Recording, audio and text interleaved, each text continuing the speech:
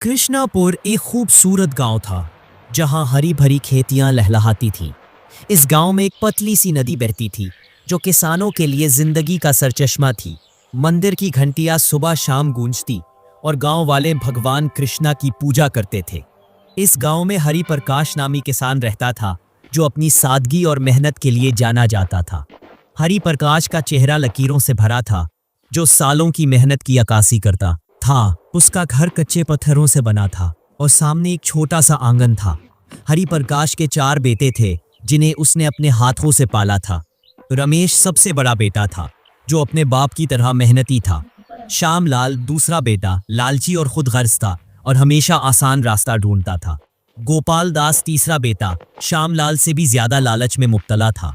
कृष्णा कुमार चौथा और सबसे छोटा अभी जवान ही रहा था और राह न जानता था। हरि प्रकाश हर सुबह सूरज निकलने से पहले खेतों में जाता था। वो गाय चलाता, पानी देता और फसल की हिफाजत करता था। वो अपने बेटों को सिखाता कि मेहनत ही जिंदगी का राज है। हर हफ्ते वो बेटों को मंदिर ले जाता और भगवान कृष्णा की पूजा करवाता था। वो कहता, बेटो लालच तुम्हें तबाह कर देगा, ईमानदारी से रहो। रमेश हर बार सर हिलाता और बाप की बात मानता था। श्यामलाल और गोपाल दास उसकी बातों को हंसते और मजाक उड़ाते थे। कृष्ण कुमार खामोश रहता और सोचता कि कौन सा रास्ता दुरुस्त है। एक दिन हरि प्रकाश को शदीद बुखार हो गया और वो बिस्तर पर गिर पड़ा। उसने बेटों को बुलाकर अपनी आखिरी ख्वाहिश बयान की। उसने कहा, मैं तुम्हें खेतियां और घर देता हूं लेकिन लालच से बचो। उसकी आंखों में आंसू थे जब वो बेटों को देखता था।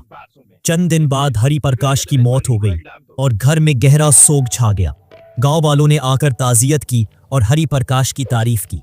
चारों भाइयों ने खेतियां और दौलत तकसीम कर ली लेकिन उनके दिल अलग थे।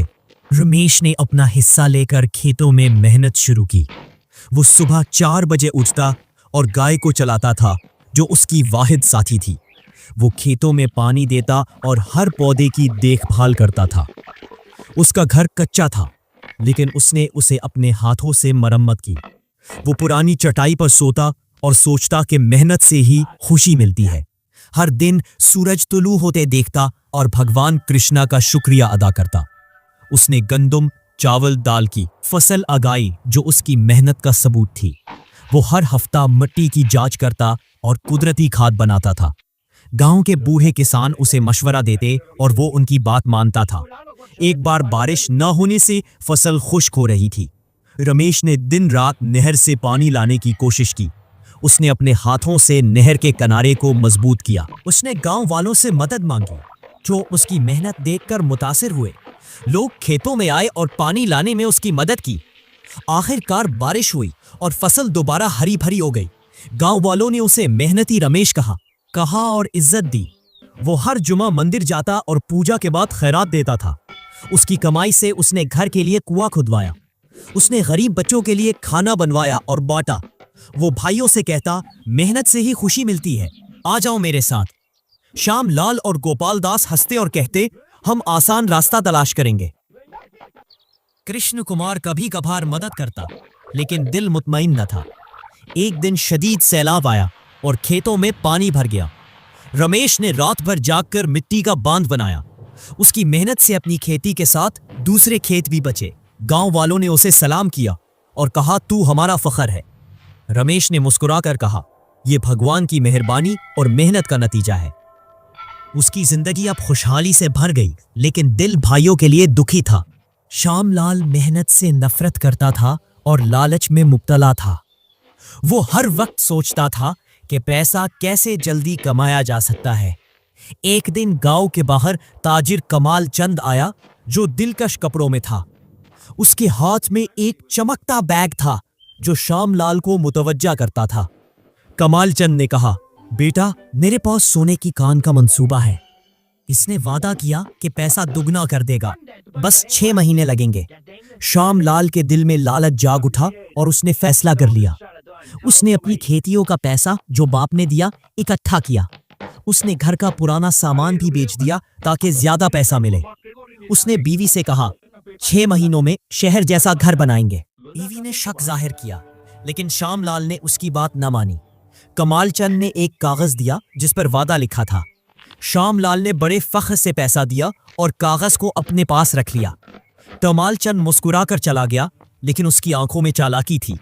श्यामलाल दिन रात उस दिन का इंतजार करता रहा। वो बाजार में जाकर लोगों से कहता, जल्द ही मैं अमीर हो जाऊंगा। लोग उसकी बातों पर हंसते, लेकिन वो अपनी अकल पर फख्र करता था। 6 महीने गुजर गए और कमालचंद का कोई पता न चला। श्यामलाल ने गांव वालों से पूछा तो एक बूढ़े ने सच बता दिया। बूढ़े ने कहा, वो ठग था, उसने कई गांव लूटे। श्यामलाल का दिल टूट गया और उसके हाथ पैर सर्द हो गए। उसके पास अब ना खेती थी, ना घर का सामान, ना कोई उम्मीद। वो रोता हुआ रमेश के पास गया और अपनी गलती मान ली। उसने कहा, भाई, लालच ने मेरी जिंदगी तबाह कर दी। रमेश ने उसे गले लगाया और कहा, मेरे साथ आओ, काम करो। लेकिन श्यामलाल ने कहा, नहीं, मैं गोपाल के साथ कुछ और करूंगा। उसका दिल अब भी लालच से भर गया था और वो सबक ना सीख सका। गोपाल दास तीसरा बेटा श्यामलाल से भी ज्यादा लालची था। वो हर वक्त सोचता था कि गांव में कैसे अमीर बने। एक दिन बाजार में साधु बाबा आया, जो अजीब लिबास में था। उसके गर्दन में रुद्राक्ष की माला थी और हाथ में एक छोटी सी थैली। उसने गोपाल दास से कहा, मेरे पास जादुई बीज है। उसने वादा किया कि 1 महीने में सोने की फसल उगेगी। गोपाल दास के दिल में लालच ने जगह बना ली। उसने अपनी खेतियों का पैसा इकट्ठा किया और बेच दिया। उसने बहनों के जेवर भी चुपके से बेच दिए। उसने घर के पीछे जमीन तैयार की और बीज लगाए। रात को वो ख्वाब देखता कि जमीन सोने से भर जाएगी। उसने बीवी से कहा, हम शहर का बड़ा मकान बनाएंगे। बीवी ने कहा, ये काम सही नहीं लगता, लेकिन गोपाल दास ने उसकी बात को नजरअंदाज कर दिया। उसने दिन रात बीज की देखभाल की, पानी दिया और उम्मीद रखी। 1 महीना गुजर गया, लेकिन जमीन पर खोखली बोटियां निकल आईं। गोपाल दास ने साधु बाबा को तलाश किया, लेकिन वो गायब था। गांव वालों ने बताया कि वो एक ठग था और भाग गया। गोपाल दास का दिल टूट गया और उसकी आंखों से आंसू बहने लगे। उसके पास अब ना खेती थी, ना जेवर, ना कोई उम्मीद। वो श्यामलाल के पास गया और कहा, हम दोनों तबाह हो गए। दोनों ने मिलकर रमेश से मदद मांगी। रमेश ने कहा, लालच से बचो और मेरे साथ काम करो। कृष्ण कुमार अपने बड़ों की गलतियों को देखकर बड़ा हो रहा था। वो सोचता था कि रमेश की मेहनत ने घर को बचाया। एक दिन गांव के बाहर एक ठग सस्ता सोना बेच रहा था। उसने कृष्ण कुमार से कहा, यह सोना तेरी जिंदगी बदल देगा। कृष्ण कुमार, जो अभी जवान हो रहा था, लालच में आ गया। उसने अपना सारा पैसा जो उसने बचाया था दे दिया। ठग ने उसे एक चमकता पैकेज दिया और चला गया। जब कृष्ण कुमार ने पैकेज खोला तो सोना तांबा निकला। उसका दिल दुखी हुआ और वो घर की तरफ चला। वो रमेश के पास गया और अपनी गलती बताई। रमेश ने उसे समझाया, लालच हमें अंधा कर देता है। इसने कहा, ठगों से सबक सीखो और मेहनत करो। कृष्ण कुमार ने रमेश के साथ खेतों में काम शुरू किया। उसने देखा कि मेहनत से दिल को सुकून मिलता है। श्यामलाल, गोपाल दास और कृष्ण कुमार ने रमेश के साथ काम शुरू किया। उन्होंने खेतों में मेहनत की और फसल लगाई। 1 साल बाद इनकी फसल गांव में मशहूर हुई। गांव वालों ने उनकी तारीफ की और मदद की। मंदिर में एक बड़ी पूजा हुई और चारों भाई शरीक हुए। श्यामलाल ने कहा, लालच ने हमें तबाह किया, लेकिन ठगों ने सबक सिखाया। गोपाल दास ने रमेश की बात मान ली और माजरत की। कृष्ण कुमार ने कहा, अब मैं मेहनत से जिंदगी गुजारूंगा। रमेश ने सबको गले लगाया और खुशी का इजहार किया। इसने कहा, यह इत्तेहाद ही हमारी सच्ची दौलत है। कहानी का सबक, लालच तबाही की राह है, लेकिन मेहनत से खुशी मिलती है। ठगों से सबक सीखकर सही राह पर आना कामयाबी है। रशनापुर के 4 भाइयों की कहानी हमें सिखाती है कि लालच का अंजाम तबाही है और मेहनत ही सच्ची खुशी का रास्ता है।